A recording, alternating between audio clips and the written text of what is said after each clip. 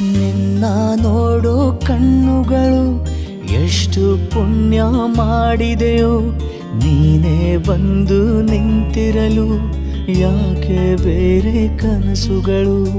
ನಾನು ಸವಿಯೋ ಸಂಕಟವ ಏನು ಅಂತ ಹೇಳುವುದೇ, ಕೂಗಿ ಕೂಗಿ ನನ್ನ ಎದೆ ನೀನೇ ಬೇಕು ಅನ್ನುತ್ತಿದೆ.